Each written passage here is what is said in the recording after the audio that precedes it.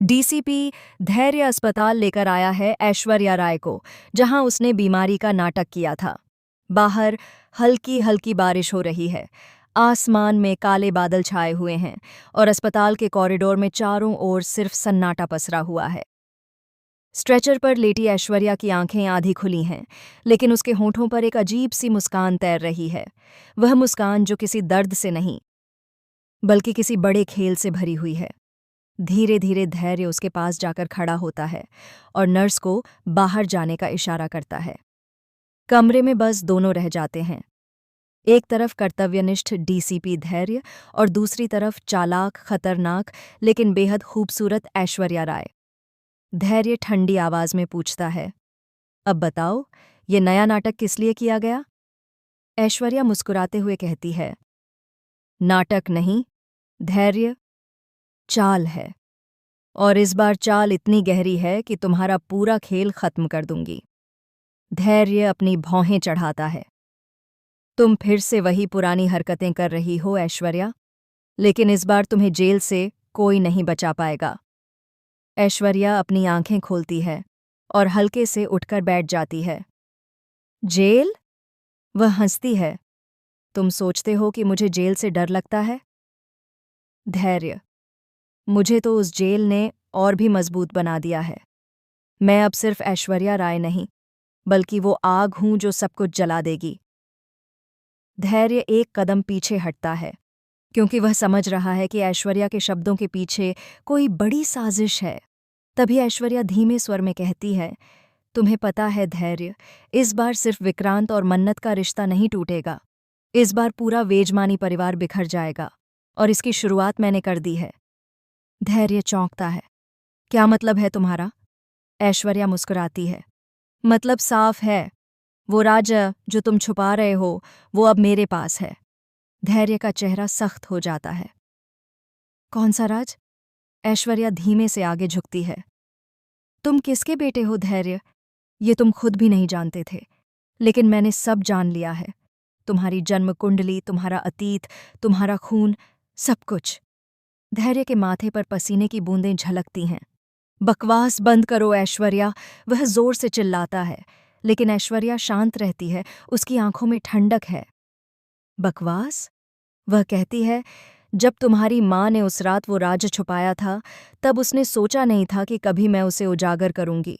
तुम्हारा असली बाप कोई और है, धैर्य, और वो कोई आम आदमी नहीं, बल्कि वही शख्स है जिसने आज पूरे शहर को अपने कब्जे में रखा है।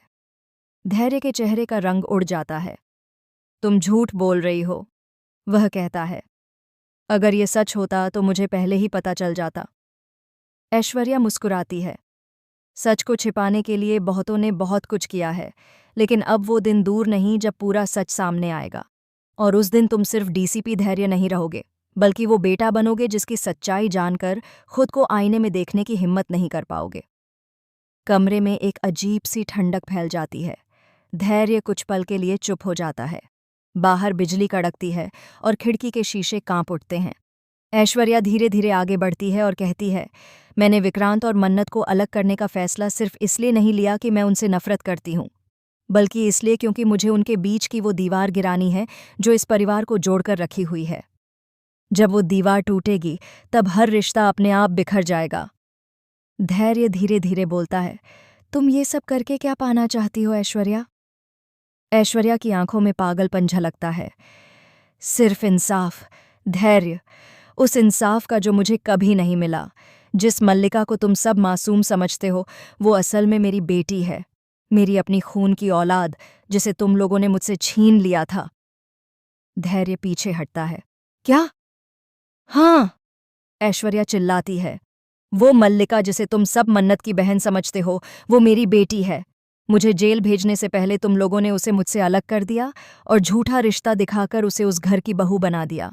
अब वक्त आ गया है सबको सच्चाई दिखाने का। धैर्य हैरान रह जाता है। उसकी आंखों के सामने बीते कई सालों की तस्वीरें घूम जाती हैं। मल्लिका का बचपन, मन्नत का प्यार, विक्रांत की शादी, सब एक झूठ पर खड़ा निकला। धैर्य गुस्से में कहता है, अगर ये सच भी है तो इसका बदला लेने का तुम्हारा तरीका गलत है। तुम निर्दोष लोगों की जिंदगी से खेल रही हो। ऐश्वर्या हंसती है। निर्दोष? कौन निर्दोष है इस शहर में धैर्य? यहाँ हर कोई किसी न किसी झूठ में जी रहा है। मैंने तो बस वो चेहरा दिखाया है जो तुम सबने छिपाया हुआ था। धीरे धीरे उसकी आवाज़ में दर्द घुलने लगता है। तुम सोचते हो मैं बुरी हूँ? नहीं धैर्य, मैं तो वही कर रही हूँ जो दुनिया ने मेरे साथ किया। मुझे जेल में सड़ने के लिए छोड़ दिया गया, जबकि असली गुनहगार बाहर आज़ाद घूम रहे हैं। अब मैं उन्हें दिखाऊंगी कि ऐश्वर्या राय लौट आई है और इस बार वो किसी को नहीं छोड़ेगी। धैर्य ठंडे स्वर में बोलता है, अगर तुमने किसी को नुकसान पहुंचाने की कोशिश की तो मैं तुम्हें खुद गिरफ्तार करूंगा। ऐश्वर्या तंज कसते हुए कहती है, गिरफ्तार कर लोगे? पहले खुद को तो बचा लो डीसीपी साहब, क्योंकि अब अगला निशाना तुम हो। धैर्य भौंचक्का रह जाता है। मैं? ऐश्वर्या की आंखों में चमक है। हाँ, क्योंकि तुम्हारे अंदर का सच ही तुम्हें खत्म करेगा। तुम्हारे खून में वो गुनाह बह रहा है जिसे तुम्हारे बाप ने किया था, और मैं उस गुनाह का हिसाब लेने आई हूं। धैर्य गुस्से में कमरे से बाहर चला जाता है, लेकिन ऐश्वर्या की हंसी उसकी पीठ के पीछे गूंजती रहती है, ठंडी, खतरनाक और सिहरन पैदा करने वाली। बाहर आते ही धैर्य अपने मोबाइल पर किसी को कॉल करता है। मुझे अभी अमर से बात करनी है, बहुत ज़रूरी। अगले ही